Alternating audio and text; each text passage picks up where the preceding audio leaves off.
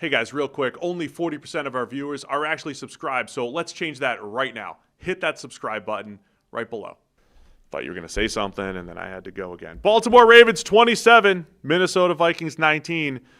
Ravens move into second place. Yep. Are officially a game behind the Pittsburgh Steelers now in the AFC North. With 2 games against them. At 4-5, Minnesota Vikings fall to 4-5. What are your thoughts on this game, Sam? Classic Minnesota Vikings game, really. Like, they've got the opportunity there to win at home and find creative ways of shooting themselves in the foot, including eight false starts at home in your own building. That's unbelievable. 7 was some kind of record of like 5 years since that's happened, and then they got an 8th towards the end. I didn't see what that did in terms of all-time records, but I've never seen anything like that. 8 false starts. 3 of them were on Brian O'Neill, who's like a, Pro Bowl, All-Pro caliber right tackle. Like, what is happening? JJ McCarthy was trying to take blame for it. Was that just quarterbacks take blame for that type of stuff, or is he legitimate? Like, no. He was something with his cadence. I mean, look, he's very young, like literally very young. I think he's still the youngest quarterback 13, in the NFL. I think he is. 13, right? yeah. So there's a degree of sort of not immaturity as in like you're going to do stupid things off the field, but like immaturity as in you're like a child. You're saying kind of dumb things. And he's like, it's like, it's all my fault as the quarterback and the leader of this team. And it's almost performative, like self-flagellation. It's like, it's not your fault. Like, anyway, Brian O'Neill was like, yeah, he's not even going to go into what happened. I got to be better. There was some discussion that the Ravens were using like shift calls up front right at the time as the Vikings would have been snapping the ball. It's like, which is the call? Like, and people were jumping off the first sound, which was the Ravens making a call. But Kevin O'Connell said, like, he was asking his players, like, are they doing stuff like that? And they were like, no, we're just screwing up 8 times At home. Yeah, in our own building. There's not a sound issue, right? A noise issue. That's crazy. So that was bad. What else? Well, the kick return fumble was also another. I mean, so Minnesota's up 7-0. Really nice first drive. Yeah. JJ McCarthy hits Jalen Naylor. 62-yard bomb to Jalen Naylor, catches it, breaks multiple tackles. The turning point, it's 10-6. Minnesota's up 10-6.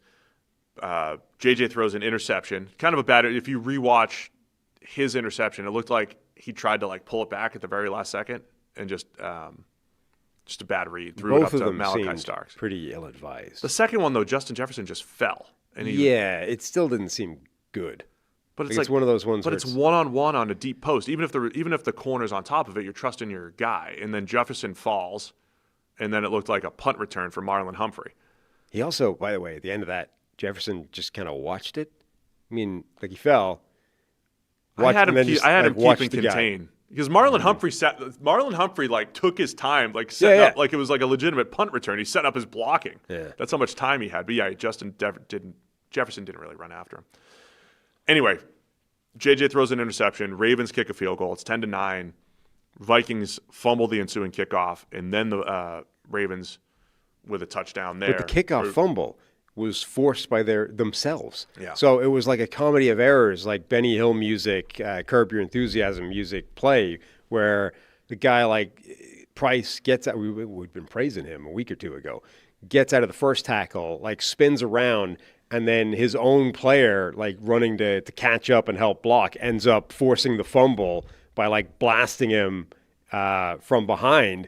He forces a fumble. Then 2 separate Vikings players fail to simply recover. One recovers it and then fumbles it again. The second one fails to fall on it. The third one can't quite get on top of it, and somehow, despite it passing through the hands of 3 separate Vikings at the end of this kick return that they forced themselves, the Ravens fall on it and recover the ball. It's like you add that to 8 false starts in your own building. It's like these are the types of ridiculous things that happen.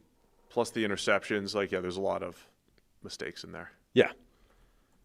These two just can't. Remember we didn't even do the throwback game. Was it the 2013 game where they had was it 3 kickoff returns in a row or something for touchdowns? Yeah, they've had some weird games. These 2 teams. It's a lot of purple. A lot going on in these games here. The other thing we got to see was, JJ McCarthy in a high volume game, and I thought he did some good stuff. But you finished 20 of 42.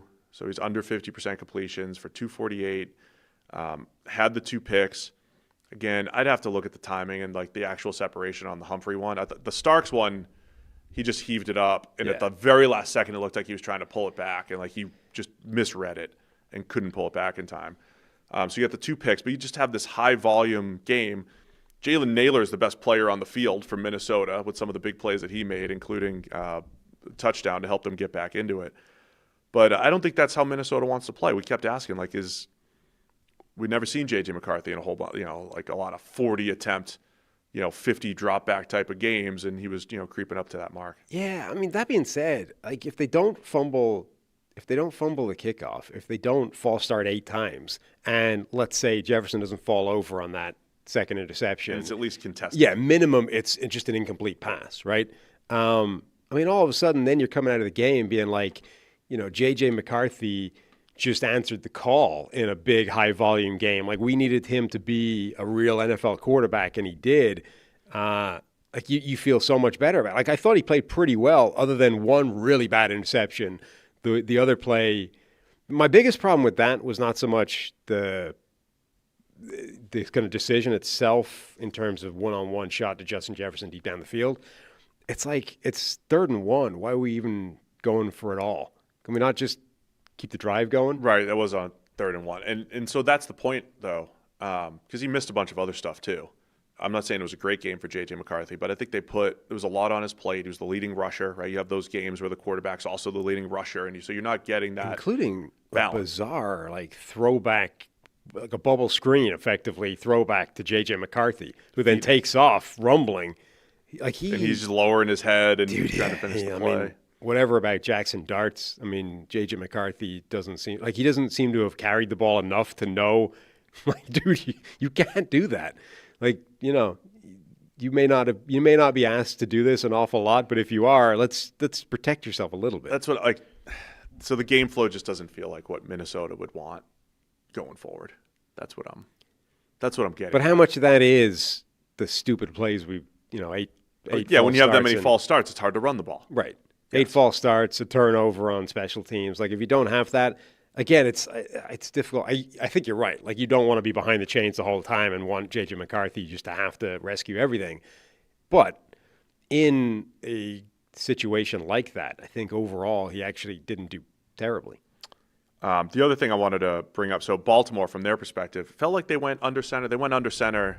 I had to look it up a little bit more than they usually do. I think that helped protect from Brian Flores, some nice under center runs from Derrick Henry, some play action. They created some big plays to Zay Flowers down the field. So they did a pretty good job, I think, just getting rid of the ball for Lamar and not having to – they only tapped into him as a design runner a few times as well. So I think the Ravens are still getting back up to speed to where they want to be offensively with the full Lamar Jackson run game package and him as a full threat, but they did a really nice job at least protecting him from Flores, that pass rush, getting the ball out of his hands and moving the ball where they needed to. Again, Zay had some really big plays.